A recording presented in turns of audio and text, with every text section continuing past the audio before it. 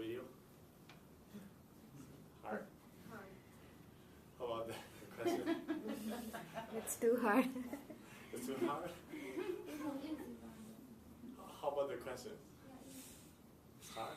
Easier than Okay, hopefully it didn't hurt you a lot because I know I asked Julie these questions and I was trying to make it easier because the content is complicated and professor's speed is fast.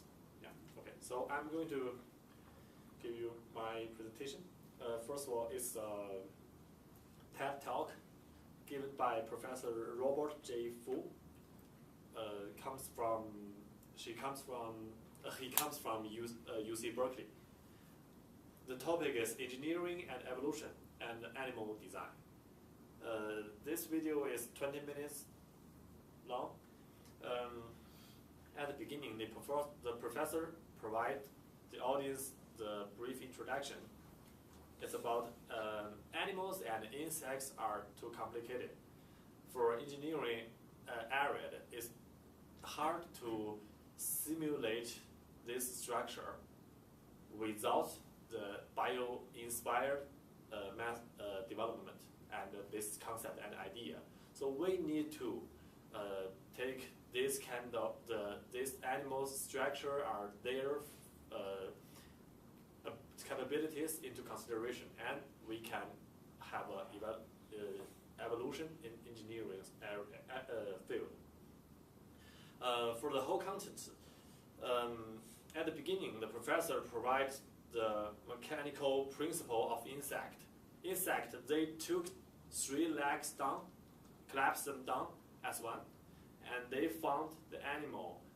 If they have only 3 legs, 2 on this side, 1 on this side, or 2 on this side, 2 on left side, and 1 on right side, the animal, the insect can still bounce side by side and up and down, just as one. So they just believe that's an amazing structure.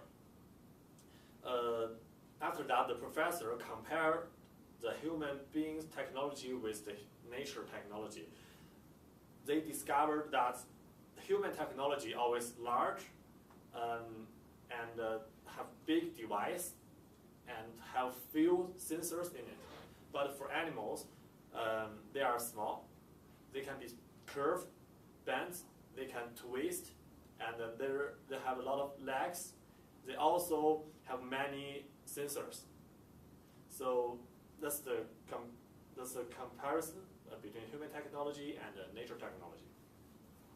After that, they took an experiment for an insect crossing the raft terrain. And they discovered that it's amazing. The insect just crossing the terrain raft place and without reduce the speed. That's amazing, like that. And they also showed 2 videos about 2 robots called Sprawl and Rex.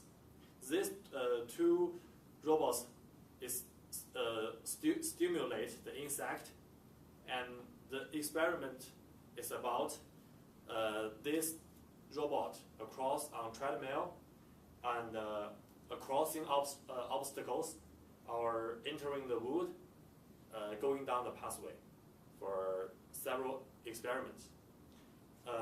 But the amazing point is these animals don't have brain and they cannot see, they cannot feel. And they still can do this kind of behavior and activities. That's amazing.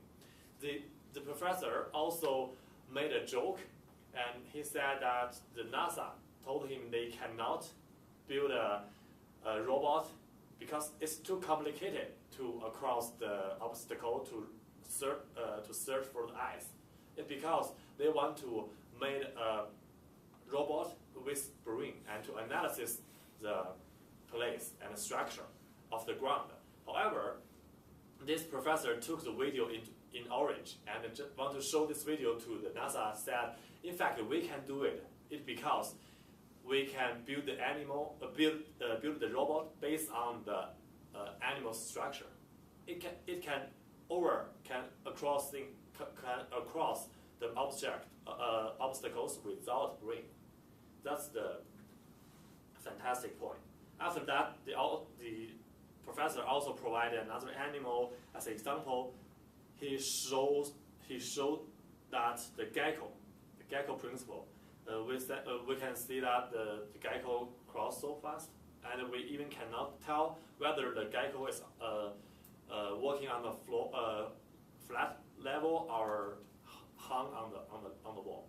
So they compare with that two different situations, but we cannot tell the difference. It's hard. So the professor developed that the structure of the gecko's toes, and they found that there's little leaves in it, and the little striation on the leaves is like a rag. And when we zoom the leaves, there are hairs there, and the hairs have split ends. These ends, just like the spatula, it's kind of like the small spade, like that. So they developed the microgecko. Microgecko depends on the structure of the real gecko, the animal gecko, and this microgecko with the sensitive glue, which can adhere to the wall. It can climb on the wall, like that. So the conclusion the professor provided us is we need to discover nature and seeking for the secret of the nature. Then we can build the advanced robot like that. So I choose this video is because it relates to my major, and the bio-inspired technology is really interesting and it's amazing. We can use this kind of robot to do some unmanned handling in some places that human being cannot reach, like some nuclear facilities, like the deep sea discover, and even go to the Mars or the moon. In fact, I loved, after I watched this video, I felt that I really love this major, and I feel proud with my major because the engineering major is really doing something that are helpful and useful for human beings. They are changing human's life and improve human beings' life. So, in fact, I love the part of the microgecko, especially for the bio-inspired material that can adhere to the wall. And I got another research paper. I also use it for ethos class. It's talk about the self-loading mechanism for wall climbing robot. It also uses another kind of bio-inspired material to adhere the wall. So I think, in fact, there are couple of the convention method to adhere to the wall. One is the magnetic material, and it's limited to the magnetic material because they cannot adhere to the wall or to paper or to glass. Another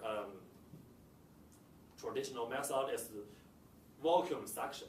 It needs the smooth surface, but the amazing point for the bio-inspired material is they can adapt to the many kinds of surface, even rough or smooth. So that's useful for human beings to develop some new material and to make this kind of mechanism better. Yeah, that's it. Thank you. Questions for Mr. Lee?